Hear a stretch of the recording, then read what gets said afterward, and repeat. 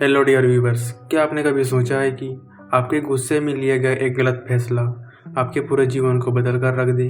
मेरा मतलब है कि आपकी गलती से लिए गए फैसले की वजह से आप किसी घने जंगल में जाकर फंस जाए, जहां सर्वाइव कर पाना नामुमकिन हो, जहां आपकी जान भी जा सकती हो। जी हाँ, आज की यह मूवी ऐसी ही है। एक छोटे बच्चे डॉन फेडरिक के बारे में है।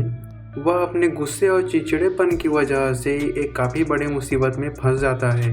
वह एक घने जंगल में फंस जाता है। वह जंगल उस एरिया का सबसे खतरनाक जंगल होता है।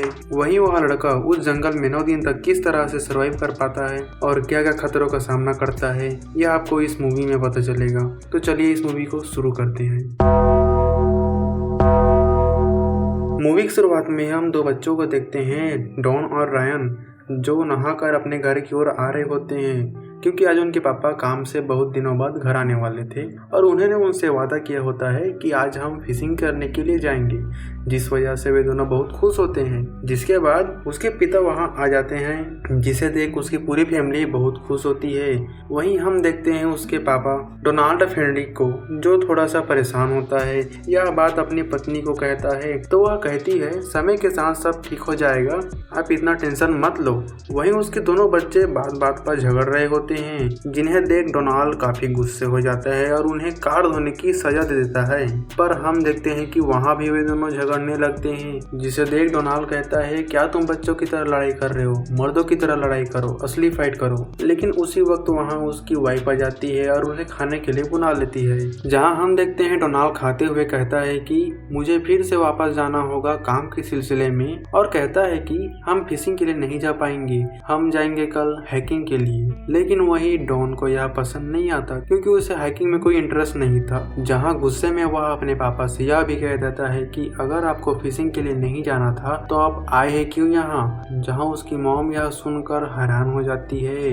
वही डोनाल्ड समझ जाता है कि अब उसके बच्चे बड़े हो चुके हैं, और वही डॉन गुस्से में अपने रूम की ओर चला जाता है और उसके पीछे पीछे उसकी माँ उसे समझाने के लिए चली जाती है। जिसके बाद उसकी माँ उसे कहती है कि तुम्हारे पापा तुम्हें बहुत प्यार करते हैं, पर काम ज्यादा होने के कारण उन्हें ज्यादा समय नहीं मिल पाता।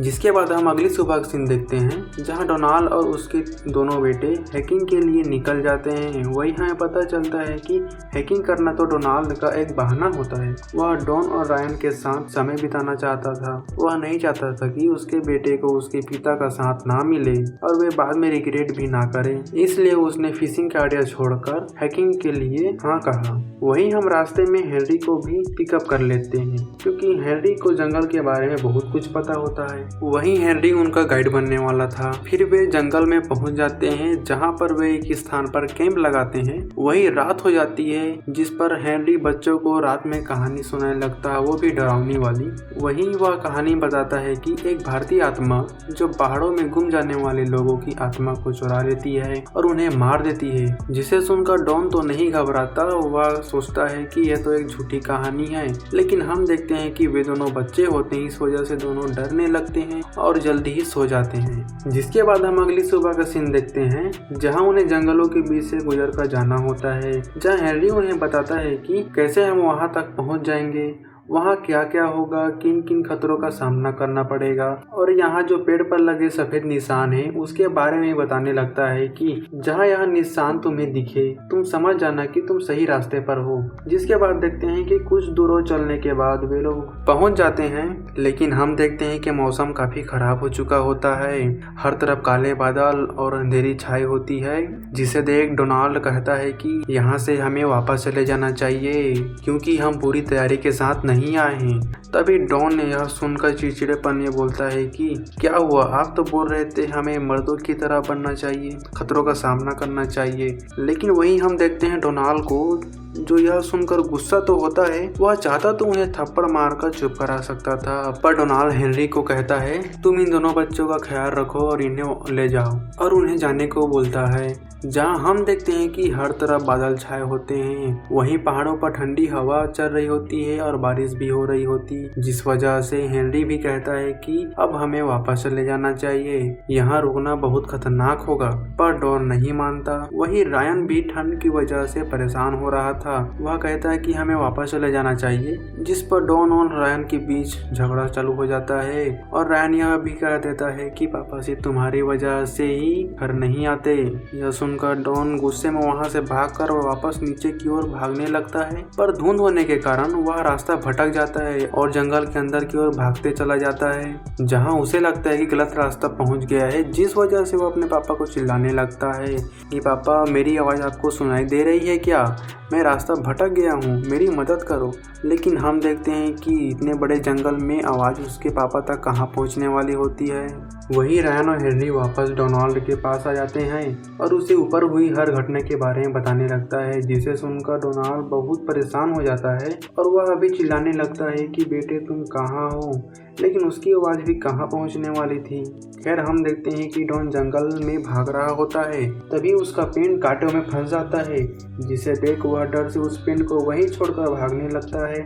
हम देखते हैं कि वह जंगल में अकेला है और उसके पास खाना नहीं है, ना गर्म कपड़े और ना जंगल में रहने के औजार और ना ही सोने का कोई बिस्तर। और हम देखते हैं कि उसे जंगल में अलग अलग आवाज़ें सुनाई देने लगती है, जिस वजह से वह बहुत डर जाता है। और वही हम उसके पापा को देखते हैं जो मदद के लिए और आदमी बुलाने चले जाते हैं। जिसके बाद हम डॉन को देखते हैं जिसके पैर के अंगूठे में चोट लगी होती है, जिसे देख वह कपड़े के टुकड़े को बांध देता है जिससे खून बहना रुक जाए। वही डॉन अपनी गलती पर रिग्रेट कर रहा होता है कि उसने गुस्से में क्या गलत फैसला ले लिया। और हम देखते हैं कि उसके पास सोने के लिए कुछ नहीं होता, जिस वजह से वह वहीं पर जमीन में सो जाता है। और दूसरी तरफ हम डोनाल्ड को देखते हैं जो पूरी एक सर्च टीम ले आता है अपने बेटे को खोजने के लिए और अपने बेटे के खो जाने वाली बात को अपने वाइफ को बताता है और कहता है कि यह जंगल बहुत बड़ा है और यहाँ बहुत खतरे हैं, यहाँ कई सारे खूंखार जानवर रहते हैं, पता नहीं वह बच पाएगा या फिर नहीं। दोस्तों हमें यहाँ से पता चलता है कि डोनाल्ड को अपने बेटे के वापसी आने का कोई भरोसा नहीं है। उसका पूरा दिल टूट गया होता है कि उसका बेटा अब नहीं आएगा। जिसके बाद सुबह हो जाती है, जहाँ डॉन इस सुबह को एक नई शुरुआत के साथ देखता है कि इस उम्मीद में कि आज वह अपने घर पहुँच जाएगा। वहीं उसके पापा और पूरा फैमिली पुलिस ऑफिसर के पास गए होते हैं अपने बेटे के बारे में पूछने के लिए कि वह मिला या फिर नहीं, जिस पर ऑफिसर बताता है कि हमने एक पूरी सर्च टीम भेजी थी पर अभी भी कोई जवाब नहीं मिला है। वही डोनाल्ड कहता है कि मुझे पूरा भरोसा है कि डॉन अभी भी जिंदा होगा, क्योंकि मैं अपने बच्चों को जब भी कैंपिंग के लिए ले जाता हूँ तो उन्हें 3 बातें याद कराता हूँ। पहला कि हमेशा अपने आप पर भरोसा रखो, और दूसरा है कि नदी के सहारे आगे बढ़ते रहो क्योंकि नदी तुम्हें नीचे की ओर ले जाएगी जहाँ पर शहर बसे होते हैं। और तीसरा और सबसे अहम बात कि हमेशा दिमाग को शांत रखो क्योंकि सारा खेल दिमाग का ही होता है। अगर तुम इन रूल को फॉलो करोगे तो तुम बच जाओगे। वहीं डॉन को जंगल में अकेले रहना काफी अच्छा लग रहा होता है क्योंकि वह कुछ भी कर सकता है बिना किसी के डर के, बिना किसी रुकावट के। वहीं उसे कुछ समय के लिए बहुत अच्छा लगने लगता है, लेकिन अगले ही पल उसे डर सताने लगता है। वह अपने पापा की बात याद करता है, जिसके बाद वह नदी के सहारे आगे बढ़ने लगता है। लेकिन सभी को पता है कि जंगल में अकेले आगे बढ़ना आसान बात नहीं है क्योंकि जंगल में हर कदम पर सावधानी के साथ चलना पड़ता है। उसकी एक गलती और किस्सा वहीं उसका खत्म, और हम देखते हैं कि समय के साथ उसके अंगूठे का घाव सड़ने लगता है और यह दर्द उसे उसकी गलती का एहसास दिलाता है। और वहीं डॉन दर्द कम करने के लिए पैरों में और कपड़े बांधने लगता है। फिर हम अगली सुबह के सीन देखते हैं जहां डॉन फिर से चल पड़ता है अपने ही धुन में और वह काफी भूखा होता है। वह पास में रखे पेड़ के पौधे देखता है तो उसे तोड़कर पेट भरकर खा लेता है। जिसके बाद वह आगे बढ़ जाता है गाना गाते हुए। खुले मौसम में उसे झरना मिलता है जिसमें वह मजे से नहाने लगता है, लेकिन उसकी खुशी कुछ पल की थी क्योंकि प्रकृति अपना रंग दिखा देता है। वहीं उसके पैरों में लीच चिपक जाते हैं जो उसका खून चूसने लगते हैं। वहीं उसे एहसास होता है कि यह जंगल सिर्फ दिखने में ही सुंदर है, यहाँ आप कुछ समय तक ही सुरक्षित रह सकते हैं। फिर उसके बाद जंगल अपना रंग दिखाना चालू कर देता है और डॉन के लिए सबसे बड़ी मुसीबत रात में पड़ने वाली ठंड है क्योंकि उसके पास गर्म कपड़े नहीं हैं और उसके पास आग जलाने के लिए कोई टूल्स नहीं है। वहीं उसे पत्थरों और लकड़ियों से आग जलाना नहीं आता है। फिर हम रूथ को देखते हैं, डोनाल्ड की वाइफ, जहां उसे एक आइडिया आता है जिसे वह अपने पति को बताती है कि अगर हम अपने बेटे के खो जाने वाली न्यूज को खबर पर चलाने लगे तो और भी कई सारे संस्था के लोग जुड़ जाएंगे, जिससे डॉन जल्द ही मिल जाएगा। और ऐसा ही होता है, कई सारे लोग उसकी मदद करने के लिए आते हैं। वही डॉन पिछले 6 दिनों से अकेले ही कई मीलों का सफर कर चुका होता है। उसे यह तक नहीं पता था कि वह जिस रास्ते में चल रहा है वह उसे उसके घर तक ले जाएगा या फिर नहीं। पर तभी उसे एक झोपड़ी जैसा मिलता है तो उसे आशा हो जाती है उसे अब फाइनली कोई इंसान मिलेगा। लेकिन वहाँ अंदर जाने पर उसे कोई नहीं मिलता। वहाँ सब खाली हो चुका होता है। लेकिन वहाँ पर एक बक्सा होता है जिसके अंदर खाना तो नहीं होता, लेकिन एक नुकीला चाकू जरूर होता है जिसका यूज करके नदी में मछली पकड़ सकता है वह।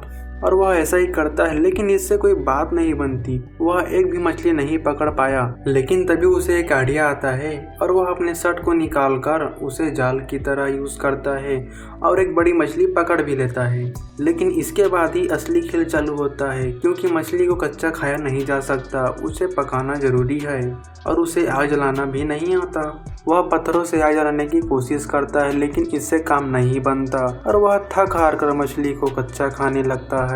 जहां हम देखते हैं मछली बेस्वाद होता है, क्योंकि वह पका नहीं था और ना ही उसके पास नमक होता है। और उसी पर उसे याद आता है कि उसकी माँ कितने अच्छे से मछली बनाती थी, पर उसे खाते समय नखरे दिखाता था। लेकिन आज उसे अपनी सारी गलतियों का एहसास होने लगता है और अपने परिवार को बहुत याद करता है, पर वह अभी भी उस जंगल में फंसा हुआ है। वहीं दूसरी तरफ डोनाल्ड की रिसर्च टीम ढूंढ रहे होते हैं डॉन को, और वहीं उसकी माँ उसके बेटे को ढूंढने वाले लोगों के लिए खाना बना रही होती है। वहीं कुछ लोगों को एक गुफा मिलता है और अनुमान लगाता है कि डोनाल्ड इसके अंदर होगा। लेकिन उसके अंदर जाना भी एक कठिन चुनौती होता है, क्योंकि कुछ लोगों को डर भी लग रहा था और दरार बहुत छोटी होती है। जहां जाना बड़ा मुश्किल था, पर किसी को तो उसके अंदर जाना ही था। तभी रायन हाथ खड़ा करता है और कहता है, मैं जाऊंगा।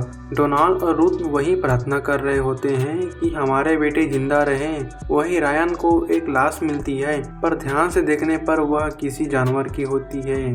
और रायन बाहर आ जाता है और अपने पापा को बताता है कि वहाँ किसी जानवर की लाश है, जिसे सुनकर उसके पापा के मन में एक उम्मीद आ जाती है कि उसका बेटा जिंदा है अभी भी। और वही रायन घर आ जाता है, जहाँ उसे पछतावा हो रहा होता है कि यदि उस दिन अगर हम लड़ाई नहीं करे होते तो आज डॉन हमारे पास होता। लेकिन उसके पापा कहते हैं कि यह सब मेरी गलती है। अगर उस दिन मैंने उसे थप्पड़ मार दी होती तो वह वहीं रुक जाता, तो आज वह हमारे पास होता। और इधर हम देखते हैं कि 8 दिन बीत चुके होते हैं। वहीं डॉन को एक चॉपर की आवाज सुनाई देती है, लेकिन वह इशारा कर पाता उससे पहले ही वह वहां से जा चुका होता है। और वहीं वह अपनी बचने की उम्मीद खो देता है, क्योंकि उसका शरीर भी अब उसके साथ नहीं दे रहा होता और वह थक हार कर वहीं लेट जाता है।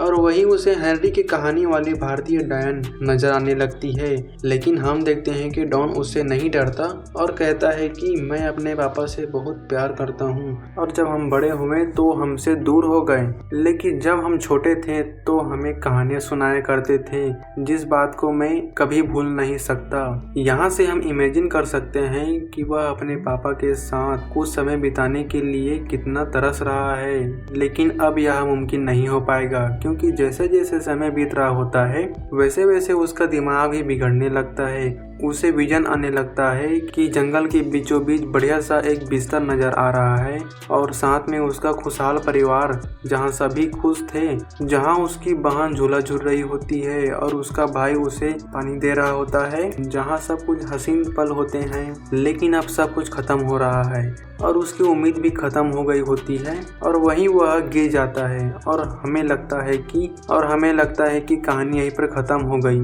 लेकिन भगवान का कुछ और ही मानना होता है।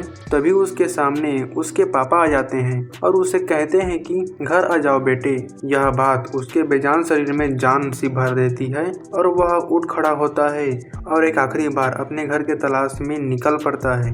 और इस बार भी उसे एक नदी मिलती है जिसके सहारे वह आगे बढ़ने लगता है, जहाँ उसे एक औरत नहाते हुए दिखाई देती है। वह कहता है कि यही एक आखिरी उम्मीद है, उसे कुछ भी करके उस औरत को अपनी ओर एक बार देखने के लिए कुछ ऐसा करना होगा जिससे वो मेरी तरफ देखे।